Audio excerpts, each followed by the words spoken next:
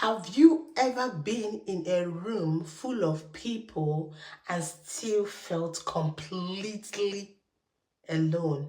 Have you? Have you ever been somewhere and there are a lot of people in that hall, in that room, but you felt alone, you just on your own, and you had to console yourself by pressing your phone and start looking at things all over social media? When you are around people, physically around people, but you couldn't connect to them, I'm here to tell you, you are not the only one. Right now, millions of people feel the same way. We are constantly connected through our phones and social media, but deep down, we are more isolated than ever, than ever. Loneliness it's a hidden struggle for most people. Loneliness is a hidden struggle. It's not always about physically being alone. No, it's about feeling unseen or disconnected. You can't be around people, but you are not connected. So it's not about loneliness. Is not about being physically alone. You're not there. You're not there with someone, or you're there with someone. But it's about physically disconnected from people. Social media can give the illusion of connection, while real conversation are missing. It's Loneliness impacts our health. Loneliness increases the risk of anxiety.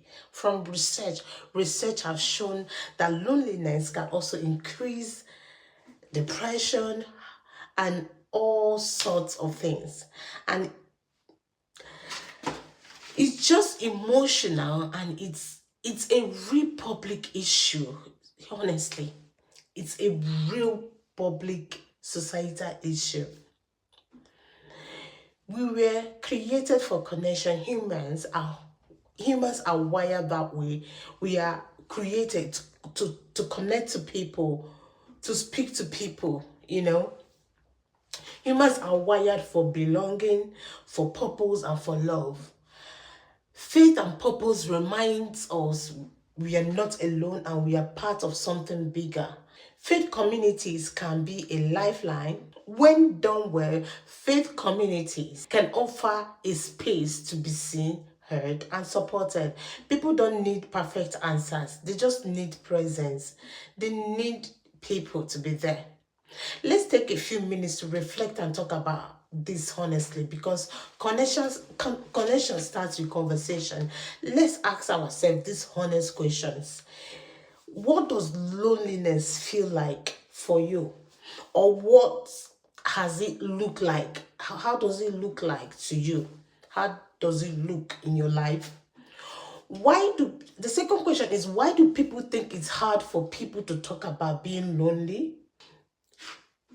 What helps you feel connected and seen? How can faith or sense of purpose help anchor people who are feeling lost or alone? What simple actions could you take as a group to help someone who is feeling isolated? All of these are more are some questions that I ask, and I feel we need valid answers to it. It is not good for a man to be alone. It is not. Carry each other's burden, and in any way you will, any way you can, fulfill the law of Christ. As a Christian, Jesus said, "Come to me, all who are weary and burdened, and I will give you rest." It is not good for a man to be alone. That's what the Bible said, Genesis 2, around 18. In the secular world, we believe that we are not designed to go through life alone. Who are your support group? Who are your support network? Whether you're sitting in a crowd or by yourself, your story matters. Community isn't about perfection, it's about presence. We are here to walk with each other, not to just pass by. Reach out to one person this week, a friend, a family member, or someone you haven't heard from. Create a small connection point. Invite someone for a coffee. Start a prayer group or check in regularly. Be honest about your own loneliness. It sounds funny, but yes, because your vulnerability can give you someone else permission to open up too. Your vulnerability can make someone to open up. It can make someone to open up themselves as well.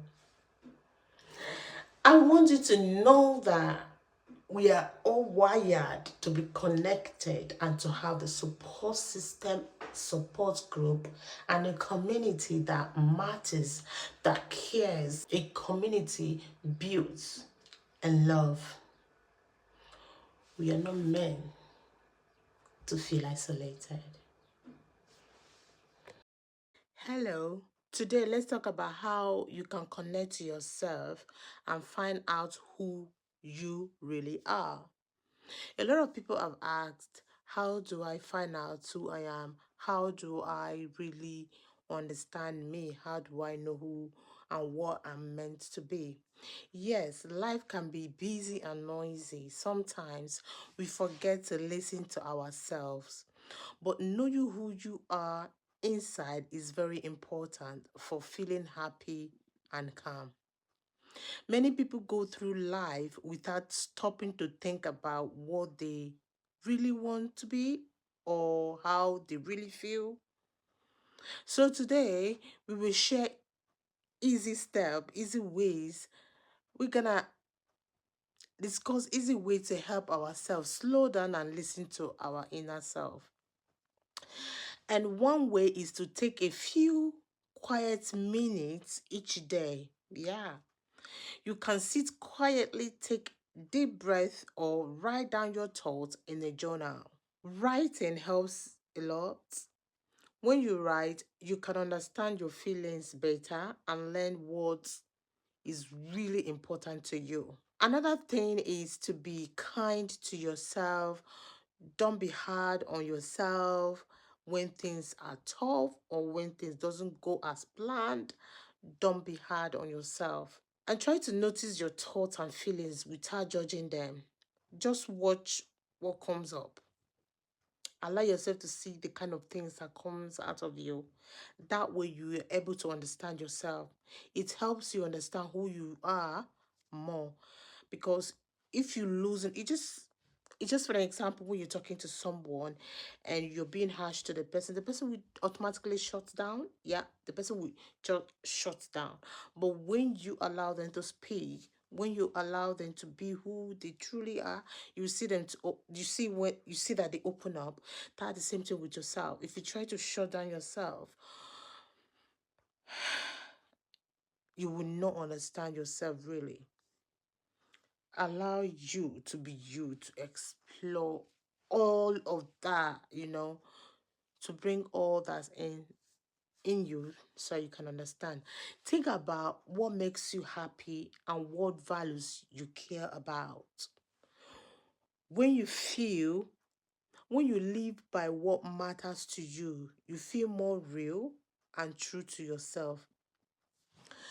Remember, finding yourself is a journey, really. It's okay to change and to grow. Yeah, you don't have to figure it all out at once. So be patient, be curious, and be gentle with yourself. Listen to your heart, accept your feelings, and be proud of who you are. Your true self is there, is right inside of you, just waiting for you to discover it. Always try to allow yourself to free you. I hope you feel inspired by this video today. And I hope you take that quiet time to reconnect with you. And I hope you find yourself. It's really easy to know the kind of things you like. Sometimes it could be a passion that has refused to let go. It keeps coming back. The more you deviate to do other things, but you see that they keep returning back, it is quite easy to find out what you have passion for. even if you've left it for years, it keep coming. That's another way you can find out what you are meant to be.